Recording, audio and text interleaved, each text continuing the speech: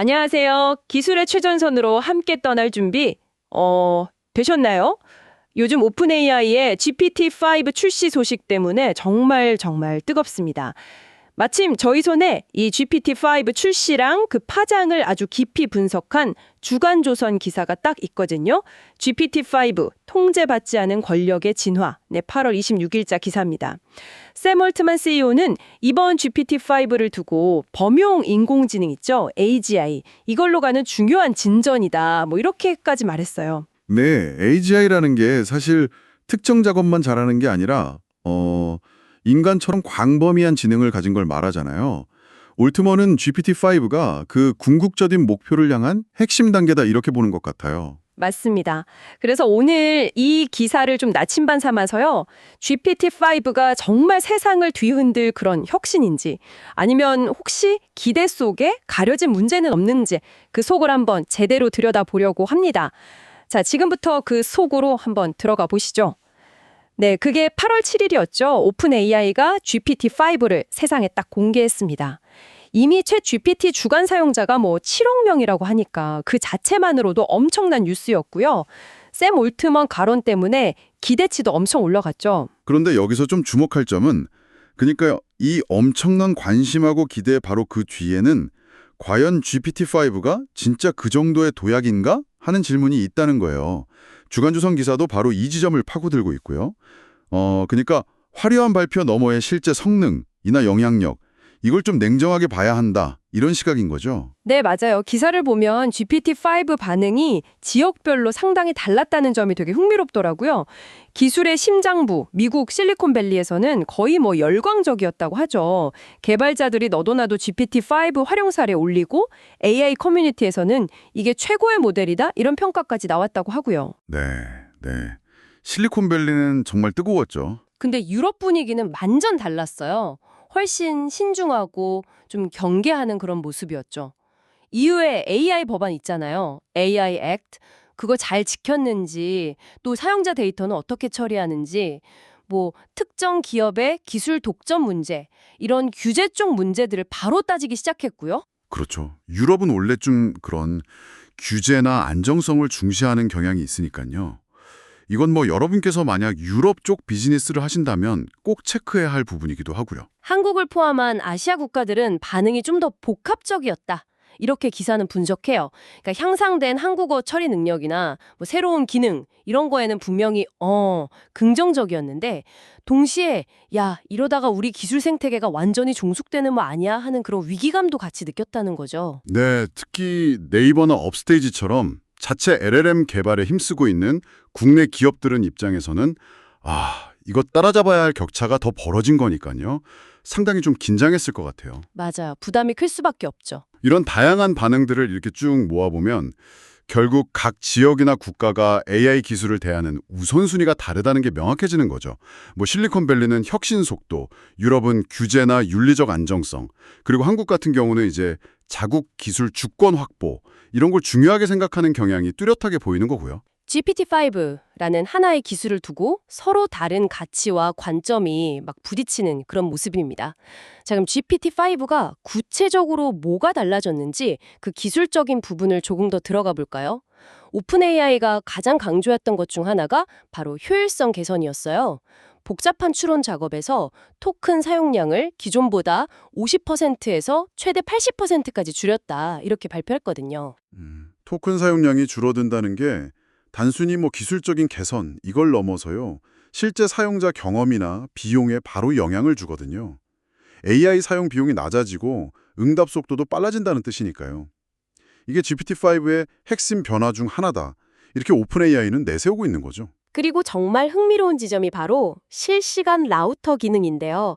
기사에 따르면 사용자가 질문을 딱 던지면 AI가 스스로 질문의 복잡성을 판단해요.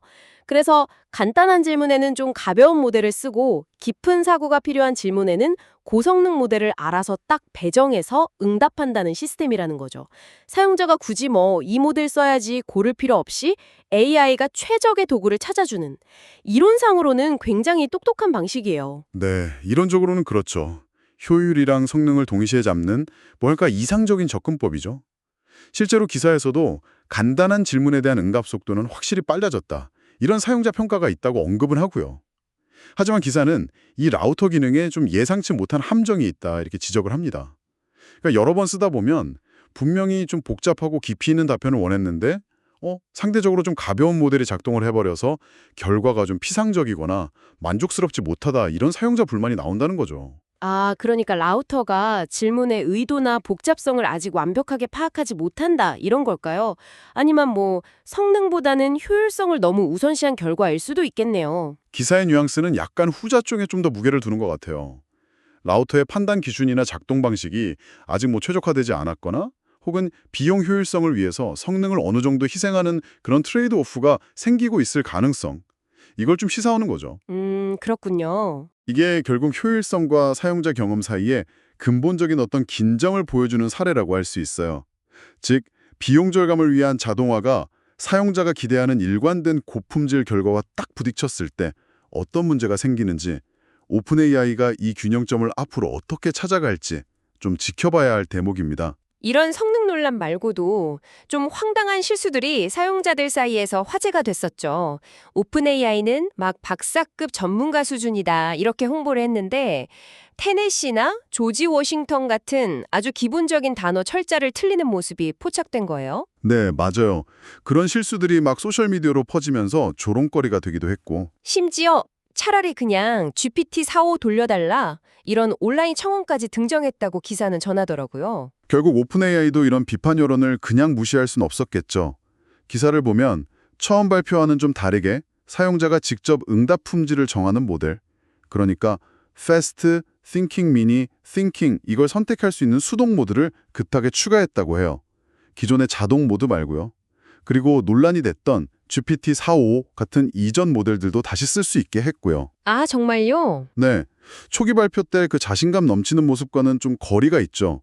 어찌 보면 사용자 피드백에 밀려서 약간 한 발 물러선 그런 모양새로 보일 수도 있고요. 여기서 또 하나 생각해 볼 지점이 있는 것 같아요. 많은 사용자들이 GPT-4.5 답단이 이전 모델보다 더 차갑고 좀 인간미 없게 느껴진다, 이런 불만을 토로했다는 점인데요. 이건 단순히 기술적 오류나 성능 문제를 넘어서는 이야기 같거든요.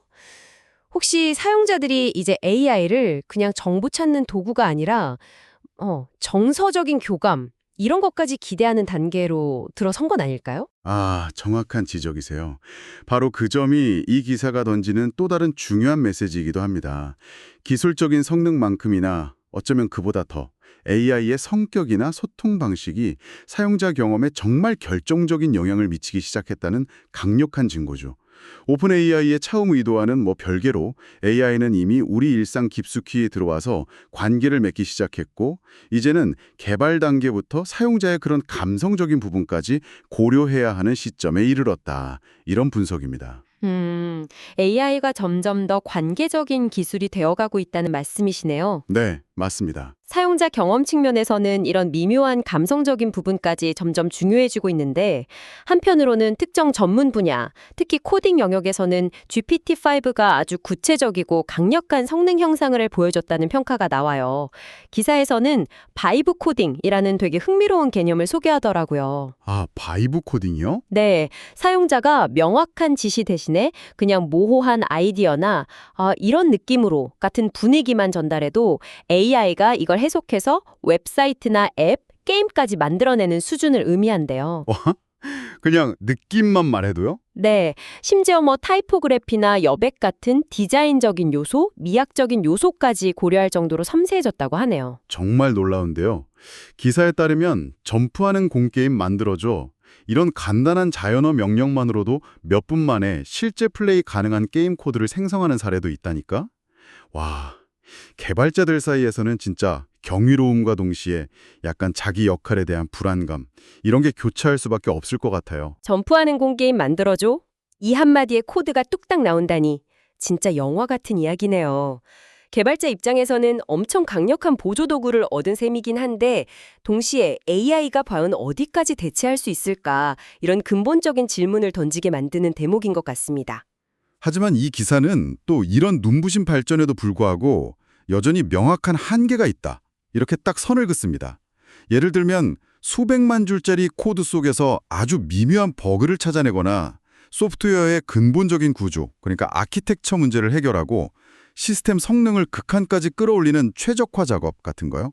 이런 건 여전히 인간 개발자의 깊은 통찰력과 경험이 꼭 필요하다는 거죠. AI는 강력한 조력자는 맞는데 아직 복잡하고 창의적인 문제 해결 능력 전체를 대체하기는 어렵다. 이런 분석입니다. 역시 아직은 사람의 역할이 중요하군요. 그럼요. 그리고 AI의 고질적인 문제죠. 바로 환각, 할루시네이션 현상. 그럴듯하게 들리는데 사실은 틀린 정보로 막 만들어내는 문제 있잖아요. 이것도 GPT-5에서도 여전히 해결되지 않았다고 기사는 지적합니다. 아, 그건 여전하군요. 네. 특히 복잡한 사실관계를 확인하거나 최신 정보를 반영하거나 아니면 고도의 전문 지식이 필요한 영역에서 두드러진다고 해요. 이것은 AI 시대를 살아가는 우리 모두에게 정말 중요한 질문을 던집니다. 사용자들이 AI 답변에 대한 신뢰나 의존도가 점점 높아질수록 이런 오류가 미치는 영향력은 과거와는 비교할 수 없을 정도로 커질 수 있다는 거죠. 정보의 정확성, 신뢰성 확보. 이게 AI 활용의 핵심 과제가 될 수밖에 없는 이유입니다. 자, 그럼 이 모든 논의를 좀 종합해 볼 때 GPT-5 출시가 우리에게 던지는 의미는 뭘까요? 기사는 GPT-5가 뭐 GPT 3.5나 GPT-4 때만큼의 혁명적이다. 이런 충격은 아닐 수 있다고 평가해요. 하지만 그럼에도 불구하고 AI 기술이 앞으로 나아갈 방향을 명확하게 보여준 중요한 전환점이다. 이 점을 강조하고 있습니다. 네. 단순히 정보를 주는 걸 넘어서서 스스로 문제를 진단하고 해결책을 찾고 또 복잡한 결과물을 만들어내는 단계로 AI가 진화하고 있다, 뭐 이런 신호탄이라는 거죠. 네. 동시에 이 기사는 매우 근본적이고 중요한 경고의 메시지를 던지고 있어요. 바로 이렇게 강력한 기술력이 극소수, 아주 구체적으로는 오픈 AI라는 단 하나의 기업에 의해서 주도되고 통제되고 있다는 현실, 여기에 대한 우려입니다. 그 점도 정말 중요하죠. 네, 인류의 지식 생산 방식, 정보 유통, 나아가서 창작 방식까지 바꿀 수 있는 이 기술이 어떤 투명한 거버넌스나 폭넓은 사회적 합의 없이 개발되고 있다는 점을 문제 삼는 거예요. 샘 올트먼은 계속 인류를 위한 기술이다 이걸 강조하지만 기사는 그 의사결정 과정이 좀 불투명하다는 걸 지적합니다. 그가 말하는 인류의 범위는 도대체 누구이며 어떤 가치를 우선할 것인가, 이런 중요한 결정들이 소수의 개발자 집단에 의해서 좌우되는 구조다. 여기에 대한 비판적인 시각을 담고 있는 거죠. 기술 자체의 문제라기보다는 기술 권력의 집중 문제군요. 맞습니다. 이건 단순히 기술 자체의 문제를 넘어서 기술 권력의 집중과 그로 인한 잠재적 위험에 대한 질문인 거죠. 기사는 그리스 신화 속 프로메테우스 비유를 들어서 이 상황의 심각성을 아주 효과적으로 전달하는데요. 샘 올트먼은 자신이 인류에게 AI라는 새로운 불을 가져다준 영웅이라고 믿을지 모르지만 정작 우리 인류는 그 불이 우리를 따뜻하게 해줄 온기인지 아니면 문명 전체를 위협할 불길이 될지 이제 막 가늠하기 시작했을 뿐이라는 겁니다. 와, 비유가 정말 와닿네요. 그렇죠. 따라서 기술 발전을 그냥 무조건 따라갈 게 아니라 그 방향을 인류 전체의 안전과 이익에 맞게 설정해야 할 책임이 우리에게 있다. 이런 강력한 주장인 거죠. 오늘 저희는 주간조선 기사를 통해서 GPT-5라는 최신 기술 현상의 여러 면을 깊이 들여다봤습니다. 강력한 성능과 가능성을 분명히 확인했지만 동시에 성능 논란, 환각 문제, 또 사용자 경험의 변화 같은 해결해야 할 과제들도 안고 있다는 걸 알 수 있었죠. 더 나아가서는 기술 권력의 집중과 통제라는 더 크고 본질적인 질문까지 마주하게 된 것 같습니다. 네, 맞습니다. 기사의 표현처럼 GPT-5는 거대한 변화의 시작을 알리는 요란하지만 아직은 불안정한 서곡과 같은 존재일지도 모르겠어요.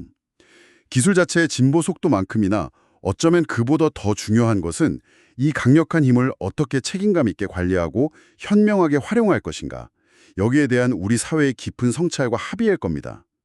그래서 오늘 당신께 마지막으로 이 질문을 던지고 싶습니다. 만약 당신이 이 강력한 AI 기술의 발전 방향에 영향을 미칠 수 있다면 기술이 소수의 이익이 아니라 우리 모두에게 진정으로 이롭도록 하기 위해서 어떤 원칙이나 안전장치가 가장 중요하다고 생각하시나요? 당신이 그리는 책임감 있는 AI의 미래는 어떤 모습입니까? 오늘 저희와 함께 해주셔서 정말 감사합니다. 다음에도 흥미로운 지식과 통찰로 가득 찬 이야기로 찾아뵙겠습니다.